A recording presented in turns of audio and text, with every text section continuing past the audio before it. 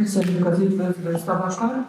Most elsőként én szeretnék egy kis csúnya képeskönyvet mutatni a bőrtumorokról, hiszen mindenkit érdekel, hogy tulajdonképpen hogy is néznek ki ezek a daganatok.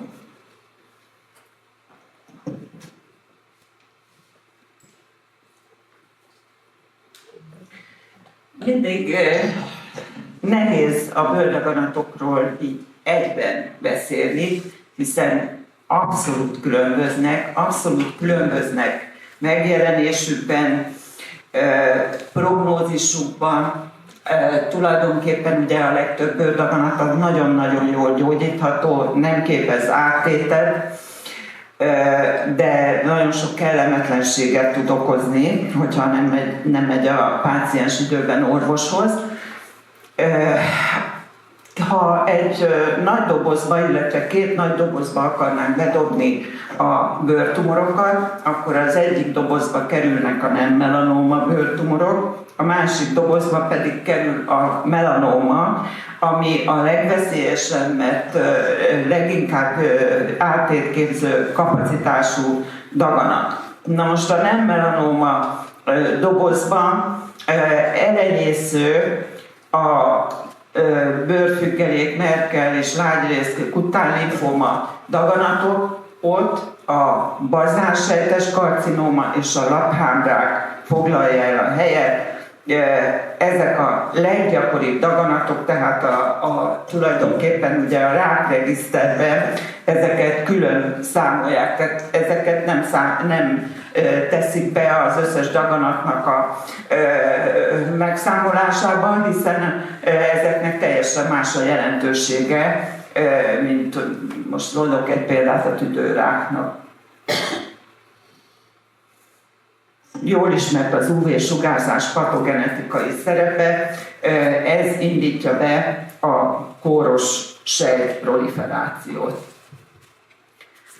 Azt is tudjuk, hogy az ozonréteg elvékonyodott, ezt elsősorban hát eléggé meglepő módon, de a spréknek, a hajtógázas spréknek a rossz hatásával magyarázható. 1992-ben a Montreal protokollban meghatározták, hogy ezeket ki kell vonni, és felsorolt országok, Ausztrália, Új-Zéland, Kanada, Oroszország, itt a legveszélyesebb az ózonrétegnek az elvékonyodása.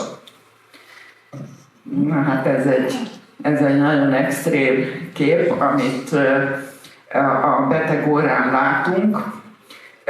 Az a nagy tumor, az a laphámrák, látjuk, hogy ilyen érdes, hiperkeratotikus felszínű, és mellette az a kicsi, az meg egy bazánsejtes karcinóma. Na most kérdezem én, hogy miért volt ennek az idős hölgynek ez a kettő így együtt, hát én tudom, mert az én betegem volt, ő neki a háttérben egy hematológiai, tehát egy vérképzőszerű rosszindulatú daganat volt, ezáltal az immunrendszere nem működött megfelelően, és ezért alakulhatott ki, hogy egyszerre kettő daganat is képződött az orrocskáján, ugye azért az orrán, mert az orr az nagyon sok UV-sugarat kap, tehát az egy nagyon gyakori lokalizáció.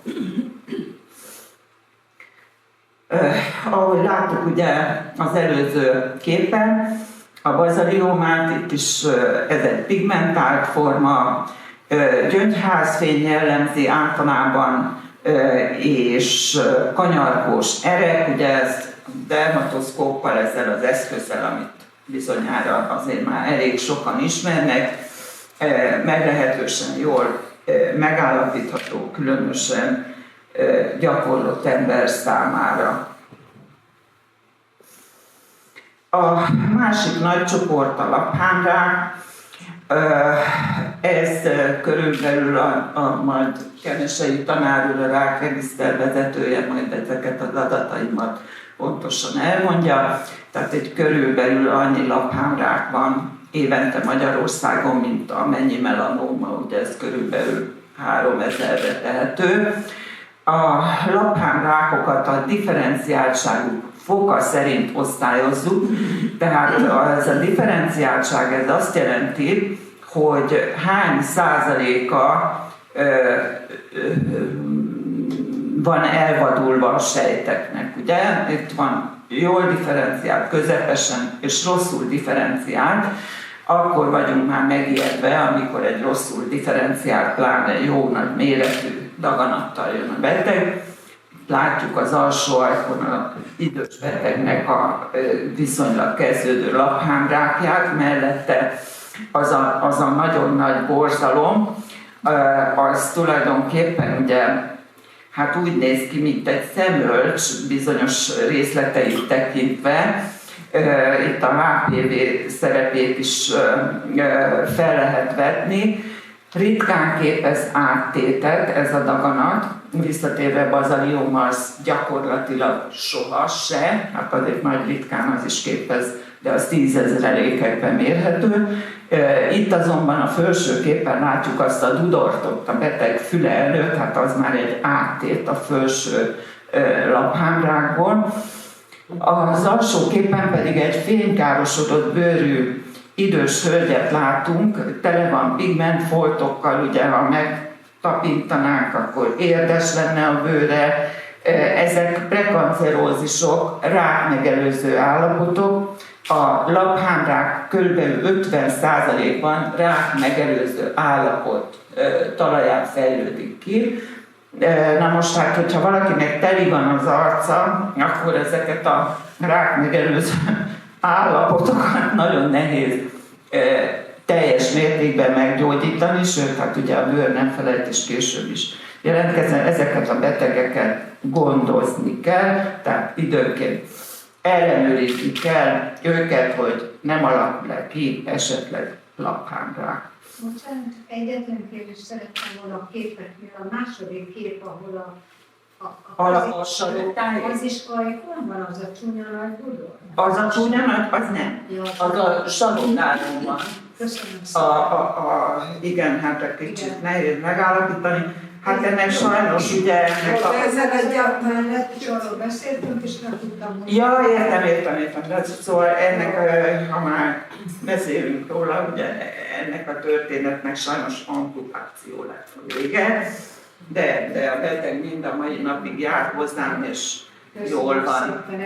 Jól, ugyan, tessék nyugodtan, bárkinek bármilyen kérdése van, hát baráti körbe vagyunk. Most a bőrfüggelék, karcinomák, ezek nagyon ritkák. Mutatok egyet, ugye ez is egy idős hölgy volt, akinek ez a klinikai kép, ez a combján volt, amikor először láttam, aztán szerettem volna megoperáltatni, de megszökött a beteg, ugye ez is egy idős hölgy volt, és akkor már ezzel jött. Na most sajnos ugye látjuk, ugye ez nem kell különösebb magyarázat, látjuk, hogy ez már sokkal rossz indulatú kép, ugye, hát ez átétes betegségé vált, és meg is halt a beteg. Ez egy emlőbimbó, ugye ez valahogy ez a pecset, ez nem tudom, az internet következtében, vagy nem tudom miért, de ez egy nagy közismert. Tehát ezt úgy mindenki tudja. Jönnek, lehet, hogy nem mindenki, de én hozzám nagyon sokszor jönnek a betegek azzal, hogy viszket az emlőbimbójuk, hát kicsit piros, mit tudom én, tényleg viszket, hogy nem pecsete. Hát van, amikor nagyon kevés tünettel jár a pecset, ugye ezt régebben azt hitték, hogy ez csak ott van az emlőbimbónál, de most már ismert, hogy ez egy emlőtumor. Lényegében ez egy emlőtumor, tehát beterjed az emlőbe is. Tehát ez csak tünet, ez a bőrgyógyászati tünet. Na most ebben a nagy dobozban, nem melanóma, nagy dobozban van a Merkel tumor, ami ami ritka. Hát ritka az onkológiai intézetben, nem ritka, mert oda küldték a Merkel tumoros betegeket, amikor ugye nem volt gyógyszer. Most már van hatékony terápia a Merkel daganatra. Hát ez egy ilyen nagyon nehezen felismerhető, általában sebésznél kezd a beteg, aki ugye hát, mint a viccbe, ugye semmit se tud, de mindent csinál, gyorsan megoperálja ugye a beteget, és akkor akkor kiderül, hogy ez Merkel tumor, na akkor az onkológiai intézet, és akkor hát sugárkezelés, gyógyszeres kezelés következik. Ennek rossz a prognózis, az rosszabb, mint a melanóma, ugye, mert ez egy ilyen jellegtelen csomóval indul. Aztán vannak a lágyrész-daganatok, kötőszöveti daganatok, a részletekben nem mennék bele. Ez a kaposi szarkóma, hát a mi égövünkön ez egy ritka daganat, ugye az AIDS-hez kötött kaposi szarkóma, tehát az immunrendszer kóros állapota van a háttérben általában, és hát a vírus okozza, ezt most már tudjuk, a humán herpes vírus 8, és ez Afrikában borzalmas nagy probléma, ugyanis Afrikában ez a leggyakoribb daganatos halálok, ugye gondolom a vírus miatt, ugye, mint az AIDS, azt is a zöld majmon találták meg. Aztán van ez hát ugye ez is egy kicsit jellegtelen, de hát azért látszik, hogy tumor, pláne az alsó képen, ez a dermatofibrosarkóma protuberáns, bár szarkóma a neve, de ez dermatot, tehát bőrszarkóma, ennek az szokott lenni a lefolyása, hogy megoperálják a beteget, szintén így ilyen vakrepülés formájában, ugye nem tudják, hogy mi az, és akkor utána jön a szövettan, akkor aztán hát sokszor nem is sikerül évben kivenni, de ha sikerül is évben, ugye itt 2 cm-es biztonsági sáv kell, akkor újra operálás, akkor kiújul, akkor újra, aztán 3-4-szer meg van operálva, de aztán a végén meggyógyul. Na most elérkeztünk a legnagyobb mumushoz, a melanomához. Ugye itt is különböző beosztások vannak, illetve különböző kategóriák. Nagyon nem térnék ki rá, de leggyakrabban felszínesen terjed a melanoma, tehát a szuperficiálisan, felszínesen terjedő melanoma az 70% legalább. Ebben az egy jó van, hogy ugye ez hosszú évekig megmarad felszínesnek. Tehát akár 3 évig is megmaradhat ilyen felszínesnek, tehát jó prognózisú, nem vastag, és fekete, és könnyen felismerhető. Ugye van a másik elég gyakori, ez egy olyan 20% a noduláris melanoma, tehát ami rögtön így vastagszik, az diagnosztikusan is nagyobb problémát jelent. Sokszor a melanotikus, tehát nincs is benne pigment, ugye, mert a melanoma az a pigmentről ismerszik fel, ugye, leginkább, ez eléggé közismert is. Ez már egy nehezebb probléma, és van az akrális lentiginózus melanoma, csak hogy kiemeljem a fontosakat. Ez a végtagokon általában legnagyobb részt az alsó végtagon szokott kifejlődni, kialakulni. Ez is egy sokszor nagyon nehéz diagnosztikus probléma, mert úgy néz ki, mint egy seb, tehát nem úgy néz ki, mint egy tumor, és akkor a beteg is azt hiszi, hogy seb, meg az orvos is azt hiszi, hogy seb, aztán eltelik egy jó idő, amíg sikerül diagnosztizálni.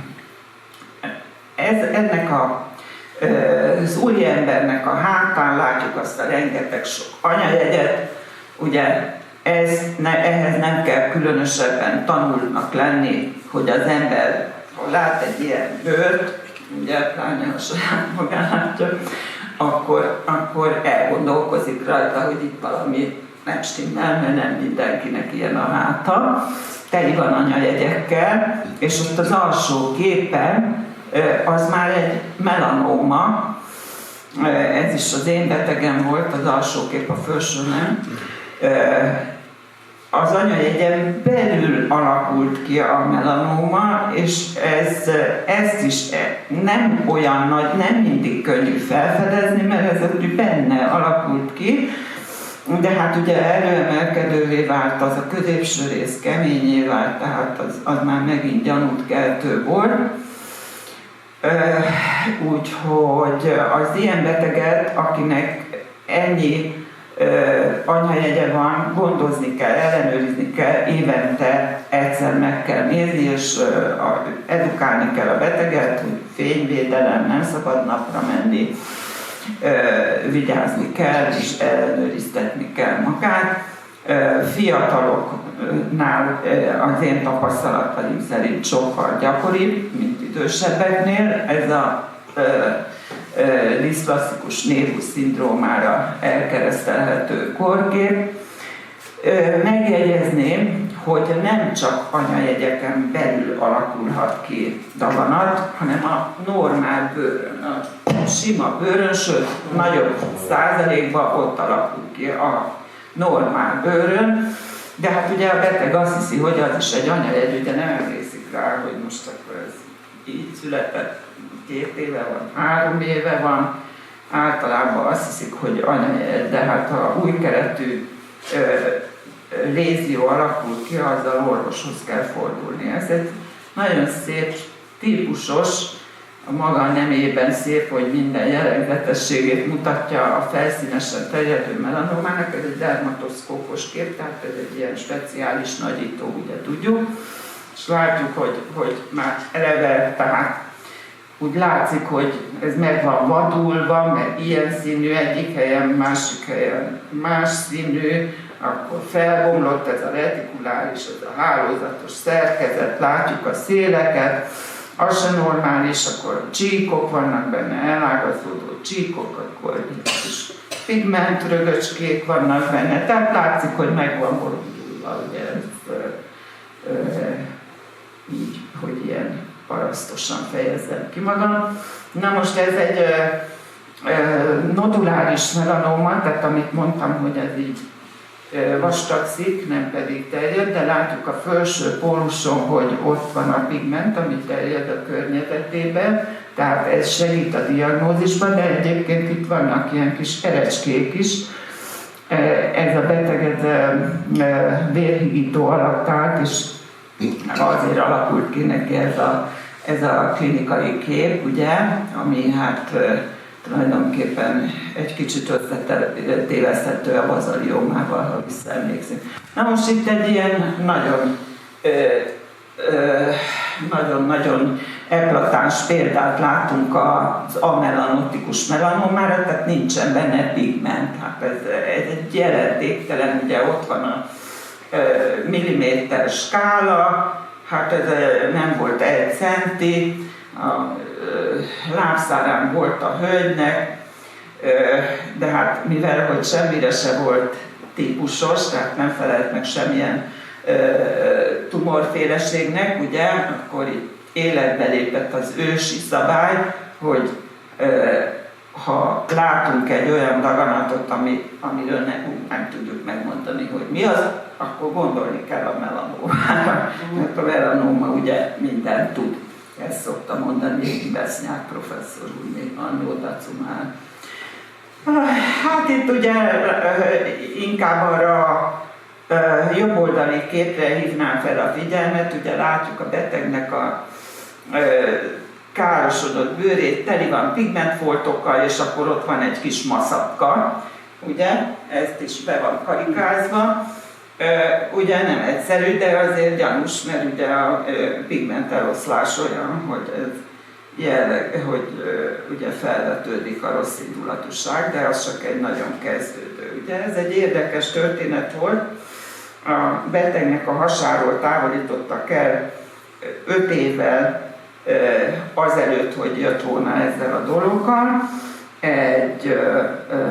hát ugye már így utólag tudjuk, hogy melanomát távolítottak el, de csak 5 év múlva jött ki neki ez, tehát ez egy ilyen nagyon-nagyon enyhén volt rossz indulatú ez a tumor, mert ugye hát ha ez nagyon rossz indulatú lett volna, akkor 5 év alatt már sajnos ugye rosszabb vége lett volna. Ez is egy ilyen felszínesen terjedő melanóma, van benne egy sötét folt, de hát látjuk, ez a Breslow 0,52, ez azt jelenti, hogy nagyon vékony, tehát a vastagsága az körülbelül fél milliméter. Na most gondoljunk bele, hát azért az nem egy tüdőrák, amit már nem is lehet megoperálni, tehát ez egy jó prognózisú. Ez egy fiatal hölgy volt, na most tessék mondani, hát hogy lehet egy fiatal nőnek a dekoltázsába ezt növeszteni, mert most nem is szeretek ránézni.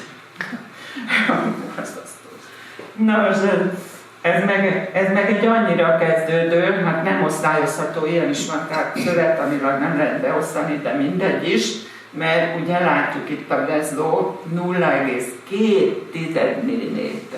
Tehát a milliméternek a 20%-a, tehát ez egy abszolút kezdődő. Ez is, na most ez egy példa erre a ismertetett akrális, tehát hogy a végtagokon kialakuló melanómára, alig van benne pigment, azaz egy sötét folt van benne, teljesen úgy néz ki, mint egy seb, ugye. De vannak ennél jóval megtévesztő képek is. Ez is egy akrális melanóma, tehát ez a kézújkörmön alakult ki, meg az a Hutchinson jel, az azt jelenti, hogy a körömágyon kívül is, a bőrön is látható. Igaz, hogy in situ, tehát ez csak nagyon-nagyon kezdődő, de hát akkor is sajnos ezt amputálni kell, mert nem, szóval másképp nem lehet megszabadítani a beteget. Ez is egy in situ, na most ez egy borzalmas nagy noduláris melanóma, látjuk ott a centiméter, több centiméterre megnövesztette a beteg, és ugye ott van az alsó póluson az a kicsike kis fióka, az meg már áttét, már lokális áttét. Ez viszont, hát ugye majdnem pont olyan, mint az előző, de ez egy teljesen jó indulatú, ez egy hemangioma volt, de felmerült itt is, hogy melanoma. Ez egy anyajegy, ugye, hát az itt a diagnosztikában az anyajegytől kell különíteni a melanomát. Ez egy pigmentált, tehát egy festemzett bazalioma. Ugye itt a felső képen látjuk a hölgynek a halántékán, hogy ilyen gyöngyházfényű, és kesztyű, a dermatoszkópos képen ilyen kesztyűújszerű, ilyen tócsaszerű, juharlevélszerű pigment, már aki tudja, milyen az a juharlevél.